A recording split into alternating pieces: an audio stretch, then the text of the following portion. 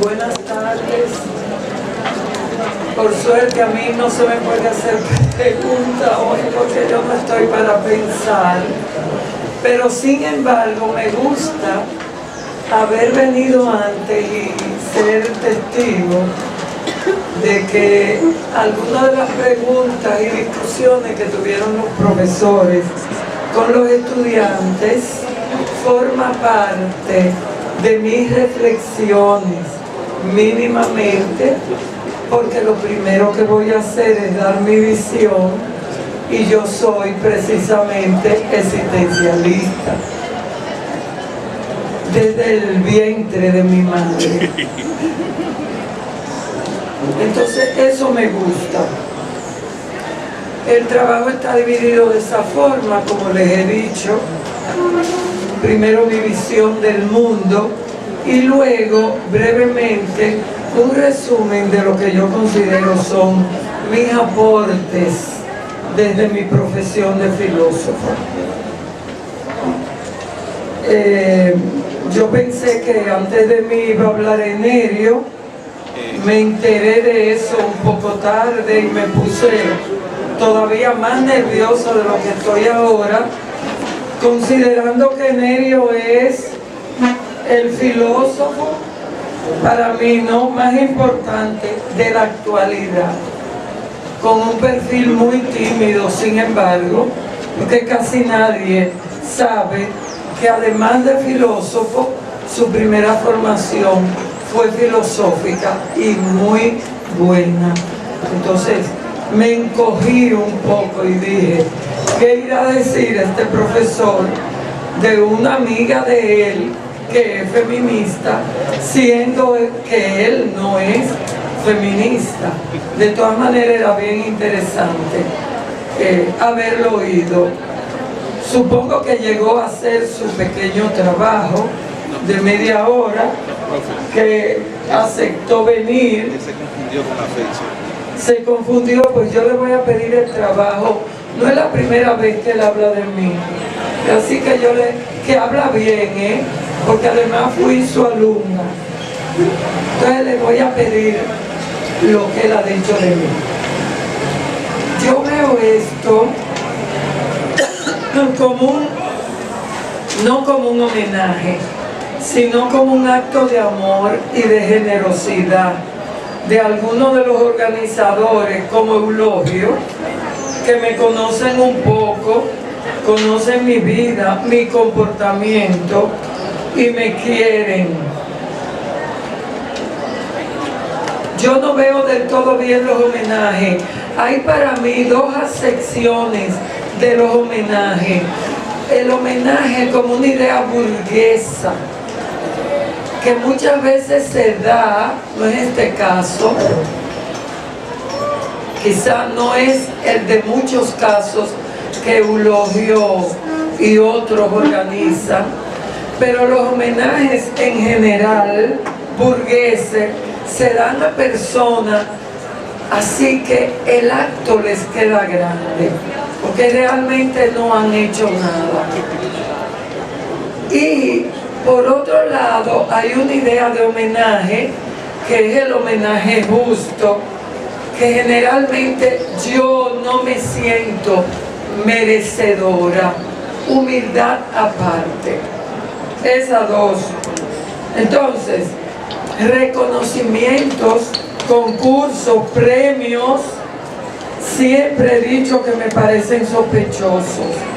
Y me he mantenido y me han mantenido, yo le voy a contar brevemente esa historia, a distancia de ellos. A esta altura de mi vida he recibido y he dado un único homenaje, consciente, feliz y agradecida, recibido de mí misma. El único homenaje me lo he dado yo misma, he trabajado dándome yo misma el homenaje, que es lo que importa, y un único homenaje dado a mis padres. Yo nací pobre de recursos, y poblada de una gran sensibilidad y muchos deseos de saber. Mis padres pobres, especialmente mi madre, lo subrayo porque es mujer, y yo superamos como titanes las dificultades encontradas para encontrar la luz del conocimiento, y eso quizás salvó mi vida de ser ahogada en su propia sensibilidad. Siempre agradecida de mis progenitores, ya adulta, me hice cargo de mi existencia, que desde niña había estado poseída de la percepción de mi propia material escasez, de una ansia enorme de libertad, a propósito del tema, y del rechazo de la hipocresía.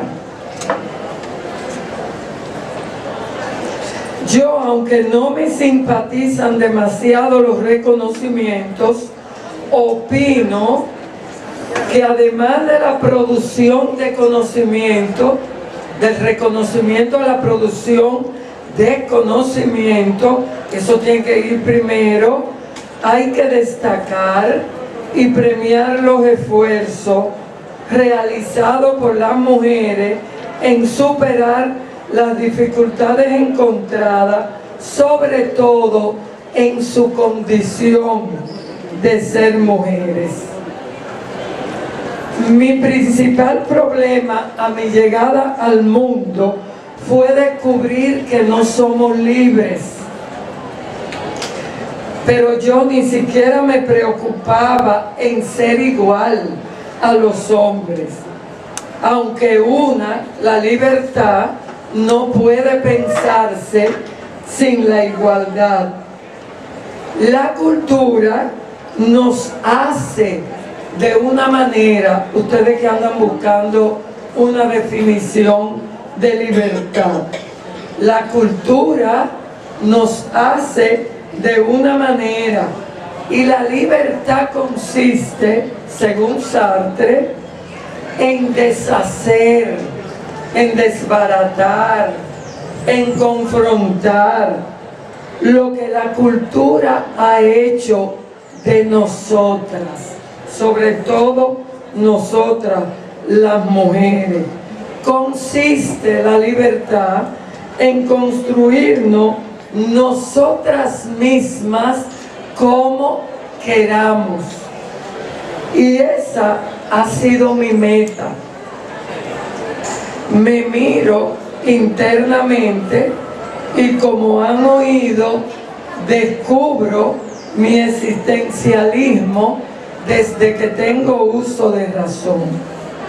Pues Simón y Sartre me hablaron muy temprano, en una etapa vital de sacudidas, en que sin conocerlos los presentí, aún siendo entonces cristiana, hasta que su presencia fue real mientras los leía y los difundía en mi pueblo natal de San Cristóbal.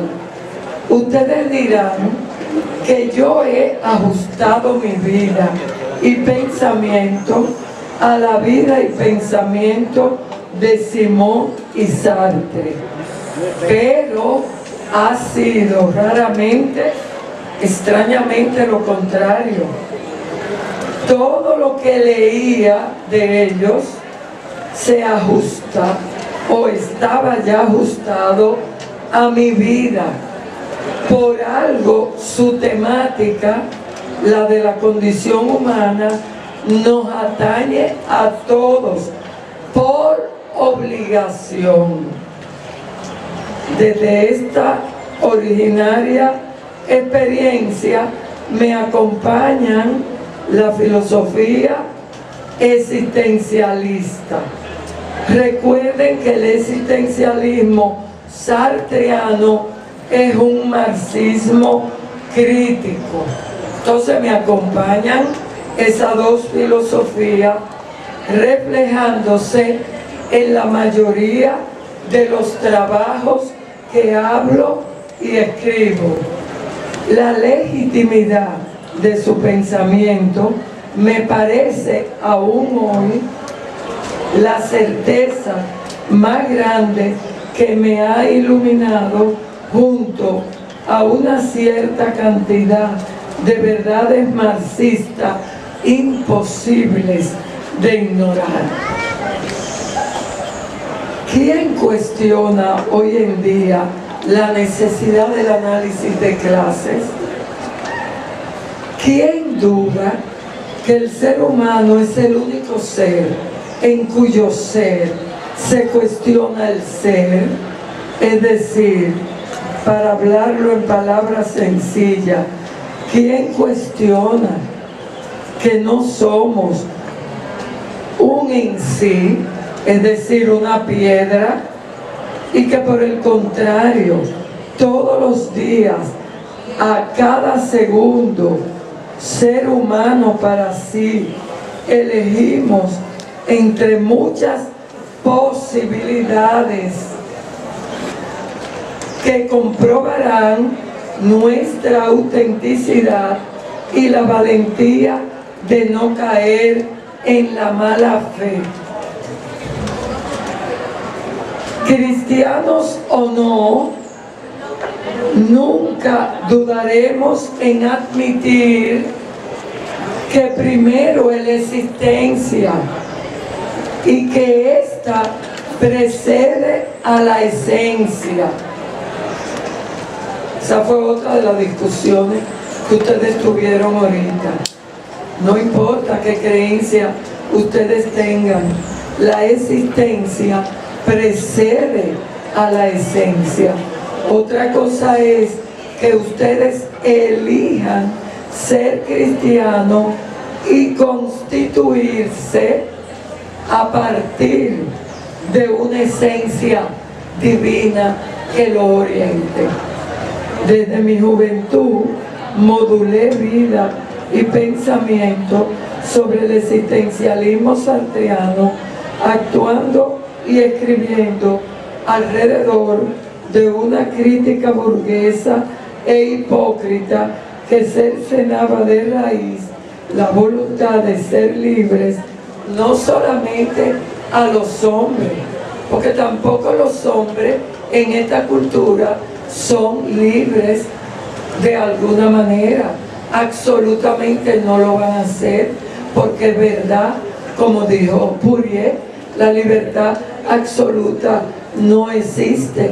Y voy a decir un poco más abajo por qué. Entonces no existe para los hombres, que sin embargo tienen mayor posibilidad de ser libres que las mujeres, como lo daría a conocer Simone de Beauvoir en su obra El segundo sexo. Simone trabajó activamente en la categoría del existencialismo y aportó, como lo he escrito y he dicho en innumerables ocasiones, una teoría de la libertad y del sujeto distinta a la teoría de Sartre. El sujeto de Sartre estaba condenado a ser libre, pero ese era el de Sartre. El de Simón no. La mujer para Simón no es sujeto, era la otredad absoluta, y por eso Simón planteaba que no todos estábamos condenados a ser libres, como decía Sartre, porque la mujer siempre ha sido objeto y nunca sujeto. Luego, las situaciones no siempre son iguales, ni para los hombres, mucho menos para las mujeres. Las de las mujeres son especialmente de opresión por asunción o mala fe, es decir, porque ellas quieren, hay muchas aquí que quieren ser oprimidas, eso es mala fe, o porque la cultura se lo impone y ellas quieren ser libres.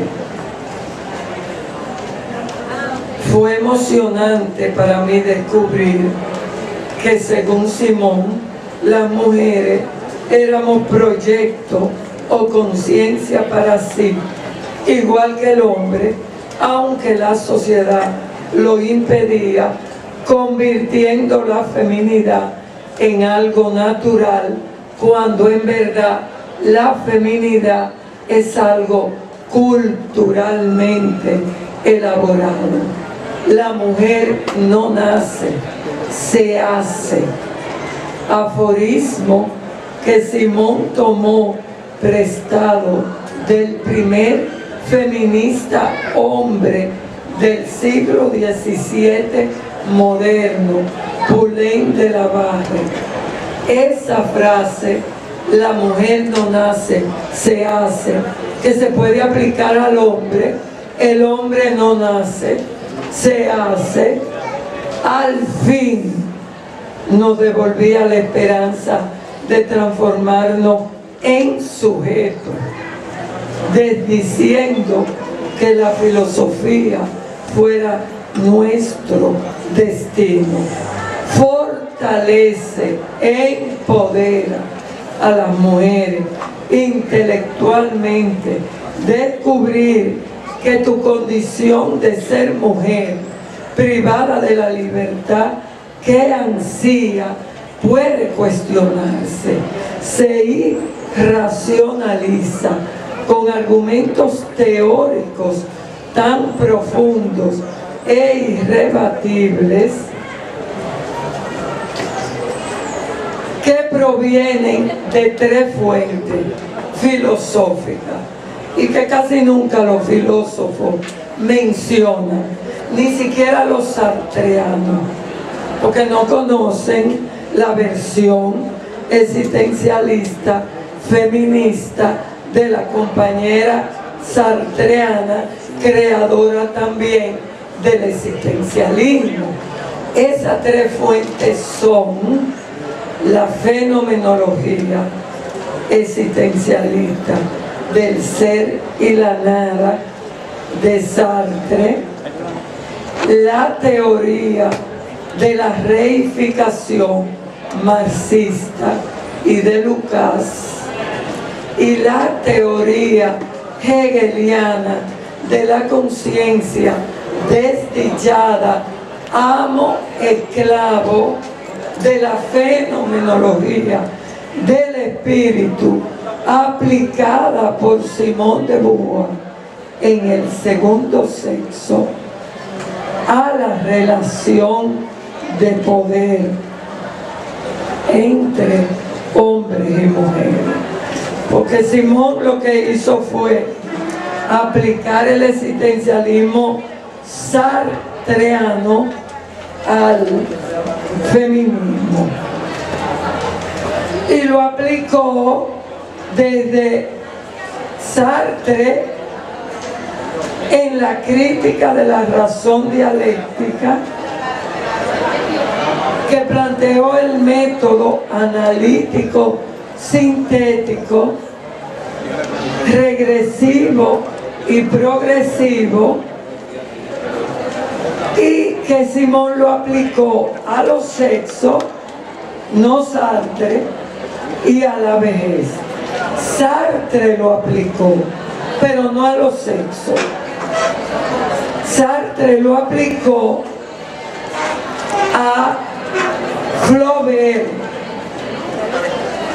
y a Simone Bovary y a su amigo Genet, un adolescente que pasó a ser en Francia el poeta maldito más importante. Era homosexual y era marginado, y Sartre hizo un estudio con ese método en Saint-Genet, un tomo así de miles y miles de páginas. Bueno, ese universo teórico marxo existencialista, yo vine con ese universo a la UAS muy joven, con él ya un poco tímido, y lo fui agrandando. Voy a dar saltos porque como siempre veo que los estudiantes se van, ya yo disfruté, gocé y sufrí esa experiencia aquí en la UAS cuando era activa profesora. Entonces voy a hacer un resumen dando saltos. Yo vine con ese arsenal teórico a la UAS. Y después de haber producido dentro del feminismo con Simone de Beauvoir y con Sartre algunos ensayos, artículos, conferencias, cursos dentro y fuera de la UAS, me fui a México. Porque después de todo, experimenté que ser feminista, ser existencialista, ser filósofa, ser mujer, no me hacía una interlocutora aquí en la universidad ni en el país muy agradable, sobre todo con los hombres y con los profesores. Estoy hablando para las mujeres, para los hombres que quieran oír, y no es por fanatismo, porque estoy hablando teóricamente.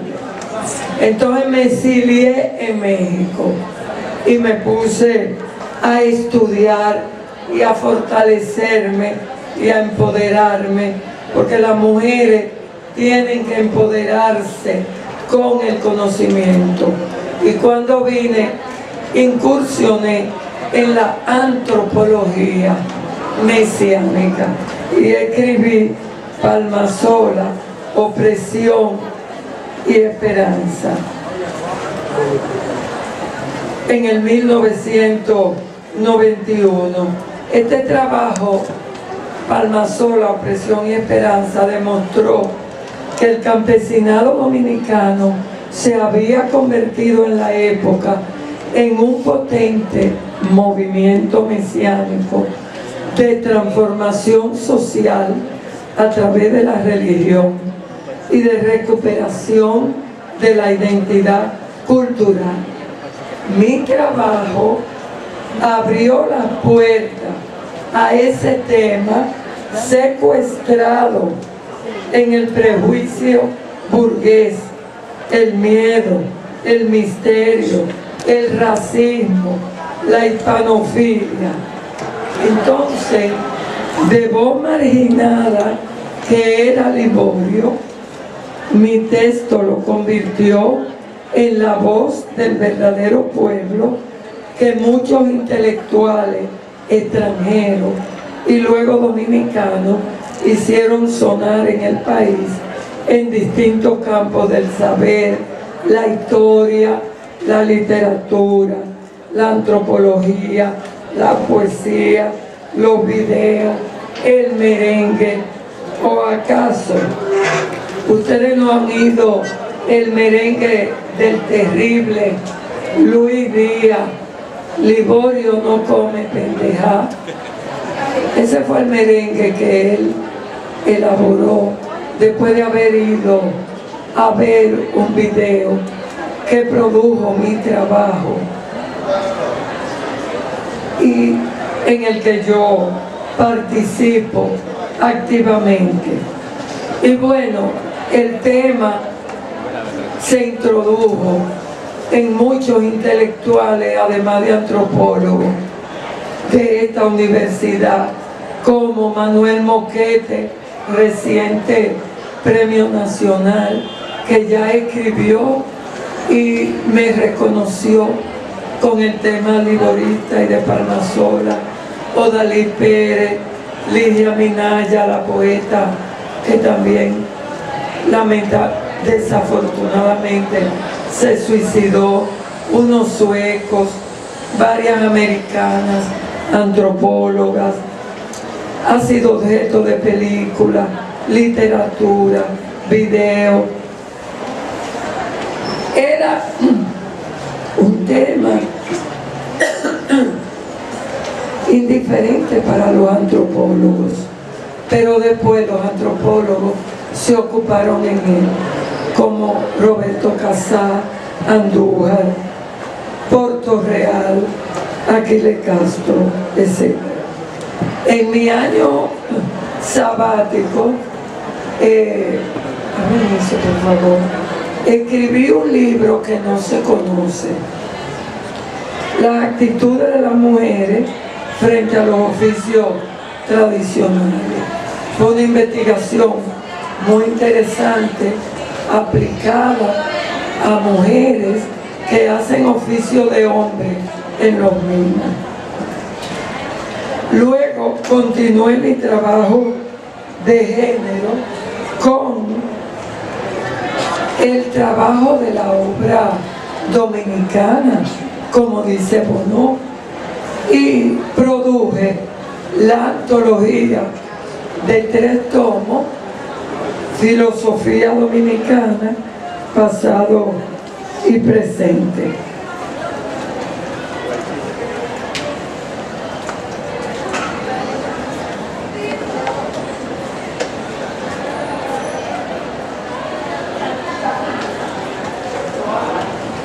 Yo creía que ese trabajo no iba a merecer mucha atención, porque en otra investigación que estoy realizando actualmente y que va a salir una entrevista a filósofos dominicanos, la mayoría dicen que la filosofía dominicana no existe.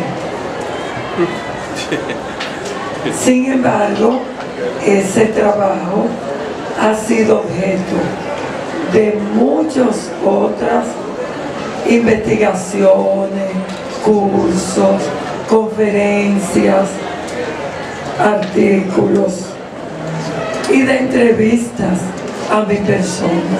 Extrañamente, sobre todo de parte de religiosos, jesuitas, diocesanos, etc.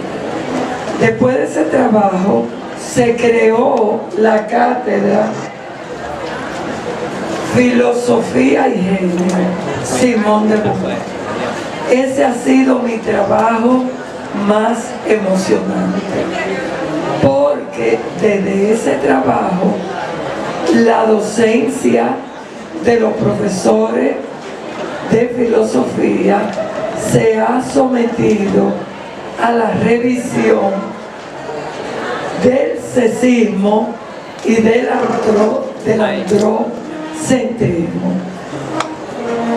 Y por último, la investigación actual que va a salir probablemente en el 2020.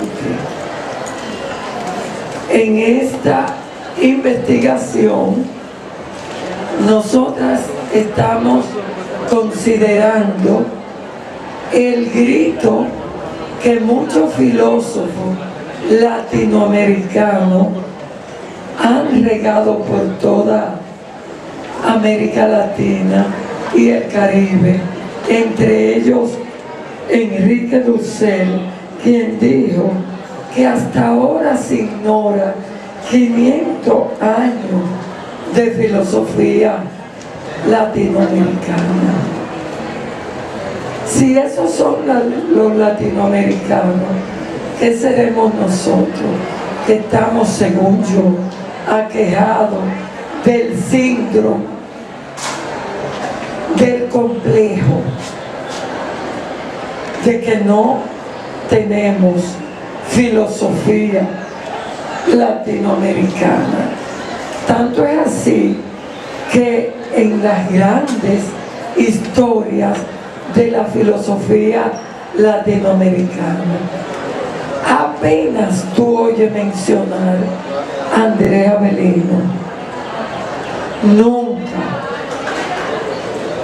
Nunca todavía bien reconocible, y que yo encuentro junto al filósofo Sánchez Teotongo, filósofos verdaderos, aunque son filósofos idealistas.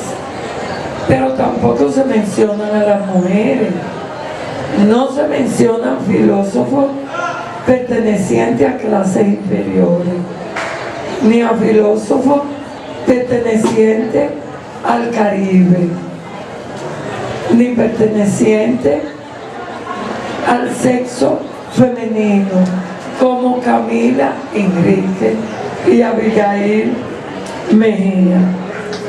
Por eso encuentro que historizar, preguntarse si existe o no la filosofía dominicana, antologizar, analizar filosofías como las filosofías del otro, y más si son filosofías dominicanas.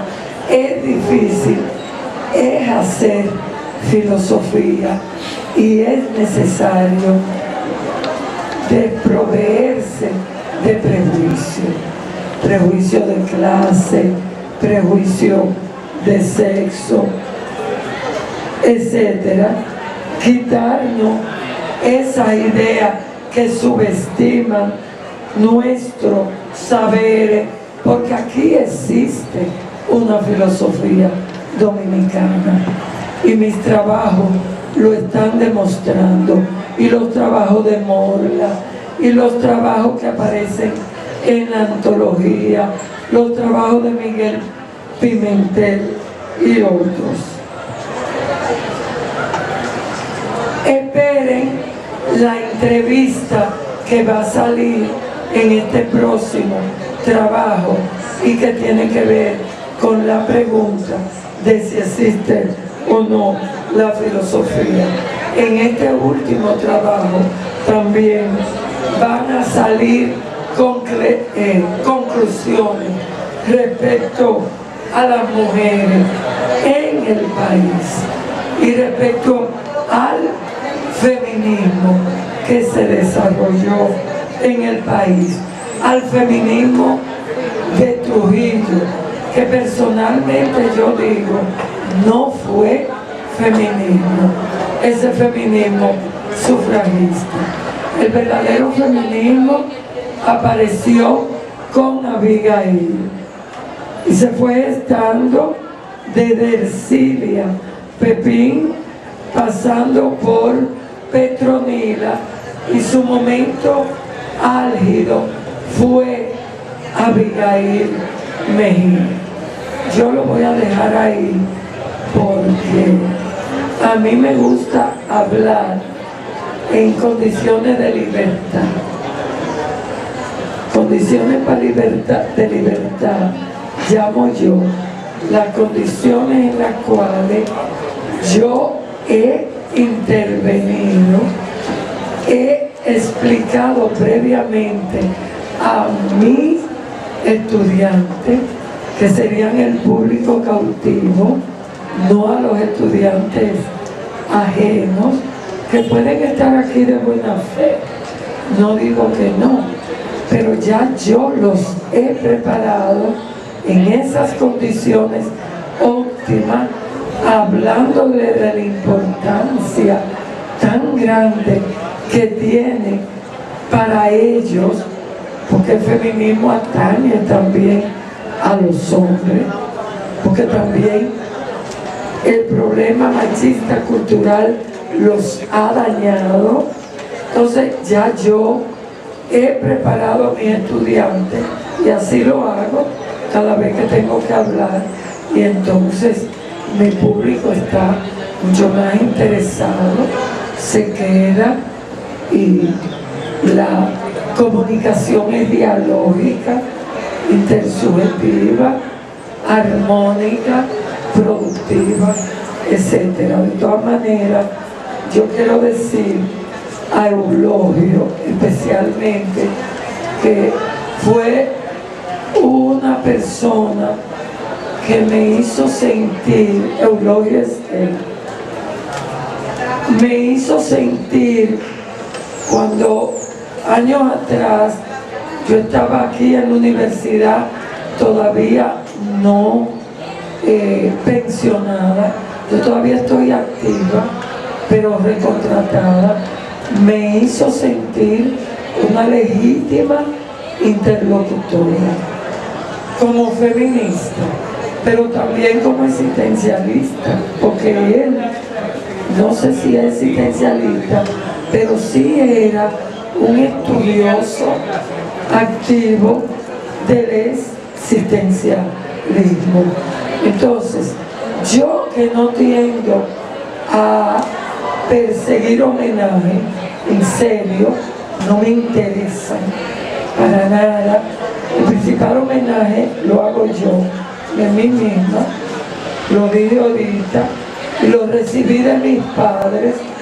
Yo que no persigo eso, con mucho cariño, agradezco a Eulogio que haya organizado esto alrededor de mi persona, esperando que no sea porque me vaya a morir. Gracias.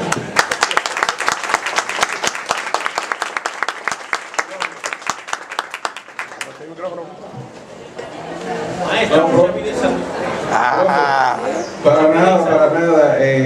Nosotros organizamos un 24 horas de filosofía no de psicología, dedicado al profesor Enerio Rodríguez, allá en Santiago, y él han pasado como 4 o 5 años, o sea que no es por eso, profe, no por eso.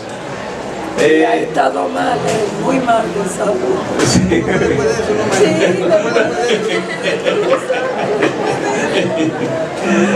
Bueno, yo he tenido suerte con los profesores porque así me decían en Santiago cuando vieron a Enerio en Santiago, que él bajó a la actividad. Decían, pero ¿cómo tú lograste que Enerio bajara a Santiago a esta actividad? Y yo, bueno, yo no sé. No sé qué pasó, por qué vino. La profesora Lucitania es en reconocimiento a su trabajo. Nosotros tratamos de en las 24 horas de filosofía hacerlo en la calle, o sea, hacerlo así en el público, porque eso es tomado, profe, de la estrategia que usó Sartre en el 68, que era llevar, 2 compañeros llevaban un tema, era político en ese momento, a una esquina de la universidad o a una esquina en el pueblo. Entonces incendía la discusión, y esa discusión entonces seguía entre eso y ellos se iban a otro sitio. Entonces la idea de hacerlo aquí en público, frente a todo, es que los estudiantes van y vienen, como la profesora ha observado. Hay estudiantes que vienen por 2 horas, que vienen por 1 hora y tienen otros compromisos, pero lo importante de esto es que cuando ellos regresan a su aula o regresan a su casa, se llevan las discusiones que han estado aquí. O sea, que los profesores, y en muchas ocasiones integramos los estudiantes también, han discutido aquí y han expuesto sus argumentos. Y déjeme decirle que esta actividad se realizó ya en Santiago. No sé si pudo ver las imágenes y los videos que colgamos en las redes en Santiago, con un éxito rotundo, se podría decir. Yo mismo me sorprendí de la cantidad de público y de la permanencia también de ese público que se dio allá. Bueno, quizás porque tenemos mayor tradición y mayor práctica allá. De todos modos, las actividades aquí, como son cada hora, se cambia de posición, los estudiantes vienen en función del tema que les interesa. Y hay todo estado lleno y en algún momento también se queda vacío y ahorita se llena, y en fin, así es que son las cosas.